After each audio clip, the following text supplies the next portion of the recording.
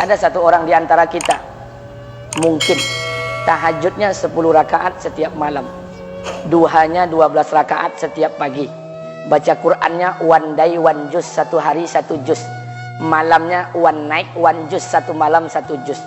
Satu keluarga di antara kita nih puasanya luar biasa Senin Kamis. Satu keluarga berpuasa Senin Kamis. Tak cukup puasa Senin Kamis, dia puasa Nabi Daud.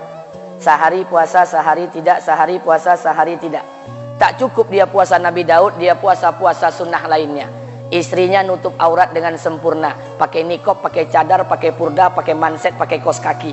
Suaminya 5 waktu ke masjid tak tertinggal takbiratul ula. Anak-anaknya di pondok pesantren hafiz dan hafizah. Tiap pagi berinfak, tak pernah menggunjing orang. Quran terjaga, aurat terjaga, tahajud terjaga, 5 waktu terjaga, duha terjaga, Quran terjaga, puasa terjaga. Sempurna satu keluarga nih, amalnya. Tapi sudah 8 tahun dia tak tengok ayah ibunya. Sudah bertahun-tahun dia tak nyapa kedua orang tuanya. Sudah bertahun-tahun dia tak berhubungan baik dengan ayah ibunya. Sudah berminggu-minggu dia berkelahi dengan ayah ibunya. Sudah berhari-hari dia bermusuhan dengan kedua orang tuanya. Maka anak seperti ini, seluruh amal yang mereka kerjakan tertolak di sisi Allah Subhanahu wa taala, tidak akan diterima Allah. Sebaliknya, kalau ada di antara kita hari ini yang pandai melayani ayah ibunya, tidak ada uang, ayah ibu dia kasih uang. Tak ada rumah, ayah ibu dia buatkan rumah. Sakit ayah ibu dia bawa ke rumah sakit. Dirawat ayah ibunya dia jaga. Kotoran ayah ibunya dia bersihkan pakai tangannya sendiri. Ada di antara kita hari ini yang membersihkan kotoran ayah ibunya lebih dia nikmati daripada makanan yang ia sukai. Begitu luar biasanya dia melayani ayah ibunya. Tapi dia tinggalkan sholat, dia injak-injak perintah Allah, dia tinggalkan perintah Allah dengan mutlak. Maka kebaikan satu orang anak ini kepada ayah ibunya seluruhnya tidak diterima Allah Subhanahu wa taala. Atau jangan-jangan inilah yang menjadi penyebab amal kita tak diterima Allah. Atau jangan-jangan inilah yang menjadi penyebab amal kita tertolak di sisi Allah. Kita sholat juga, kita sujud juga, kita puasa juga, kita ngaji juga, kita dengarkan ceramah juga. Maka oleh karena itu Pak, Bu, ayah kita tuh tinggal di kampung, ayah ibu tinggal di kampung sana. Terkadang ayah ibu kita tak sekolah, SD, SMP, SMA tak tamat. Dia sekolahkan kita SD, SMP, SMA, S1, S2, S3 dengan harapan hidup kita lebih baik daripada keadaan dia sekarang. Tapi apa yang membuat kita jarang untuk menjenguk mereka? Saya ingin sampaikan buat kita bersama. Ayah ibu kita tak tahu kita ni eselon 1, eselon 2, Pak.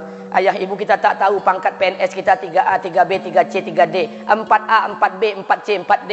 Ayah ibu kita tak tahu kita ni public figure. Ayah ibu kita tak tahu dan tak mau tahu. Yang dia tahu kita ni anaknya.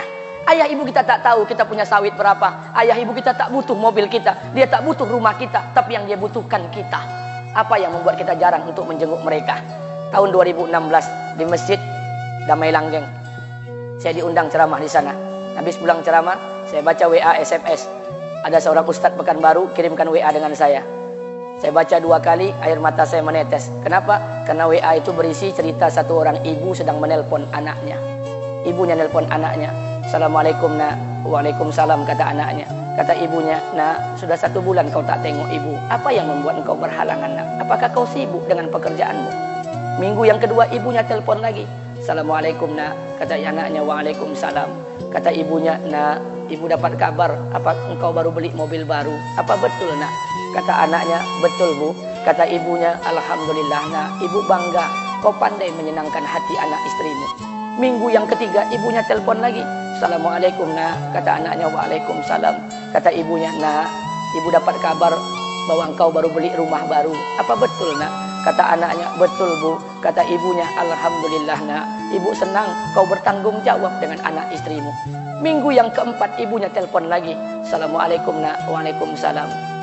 Kata ibunya, nak, tadi ibu pergi ke pasar, ibu jumpa temanmu di pasar. Kata temanmu di pasar, temanmu banyak bercerita tentang kamu. Kata temanmu tadi kamu baru beli anak anjing seharga 40 juta dari negeri Belanda. Apa betul nak? Kata anaknya, betul. Kata ibunya, nak, dengarkan pesan ibu untuk terakhir kalinya. Apa pesan ibunya? Wahai anakku, engkau pelihara 1 ekor anjing. Kau siapkan harga anjing 40 juta. Kau siapkan rumah untuk anjingmu depan rumahmu. Kau jaga anjingmu pagi, siang, dan sore. Kau mandikan anjingmu pagi, siang, dan sore. Kau kasih makan anjingmu pagi, siang, dan sore. Demi Allah nak, dengarkan pesan ibu untuk terakhir kalinya.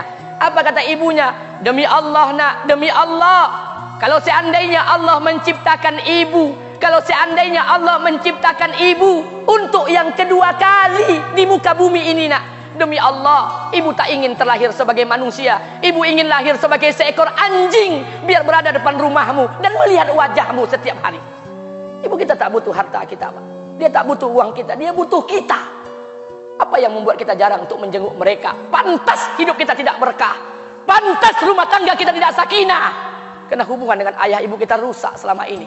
Masih ada kesempatan, masih yang jauh telepon, yang dekat kunjungi mereka. Demi Allah, kita butuh keberkahan doa mereka. Yang sudah meninggal, ziarahi kuburnya dan doakan mereka.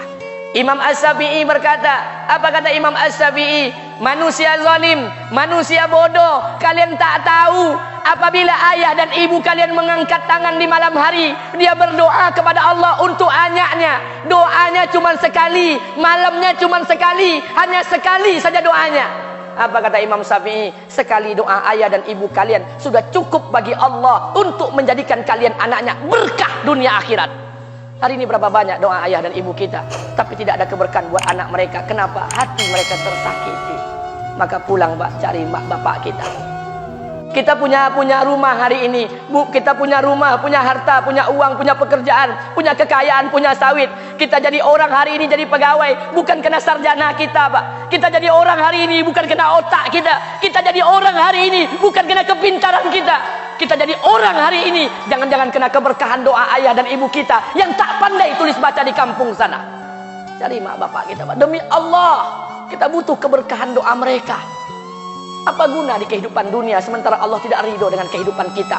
Pantas amal kita tertolak di sisi Allah. Maka pulang ke rumah, cari mak dan bapak kita yang masih hidup, duduk bersama mereka. Kalau seandainya kita tak bisa membahagiakan mereka, jangan pernah menyusahkan mereka.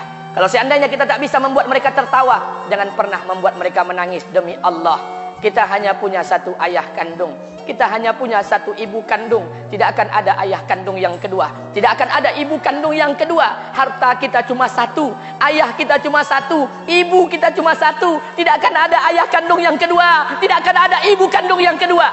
Pangkat jabatan bisa dicari, harta bisa diraih, kesempatan membahagiakan ayah dan ibu kita hanya sekali di kehidupan dunia ini, Pak. Pulanglah. Ketika mereka memanggil, tinggalkan istri, tinggalkan pekerjaan, tinggalkan semua proyek kita. Demi Allah, datangi mereka. Kata Nabi, sesaat kalian duduk bersama ayah dan ibu kalian akan mendatangkan keberkahan. Kenapa kalian tidak duduk bersama mereka? Jangan-jangan inilah yang menjadi penyebab amal-amal kita tertolak di sisi Allah.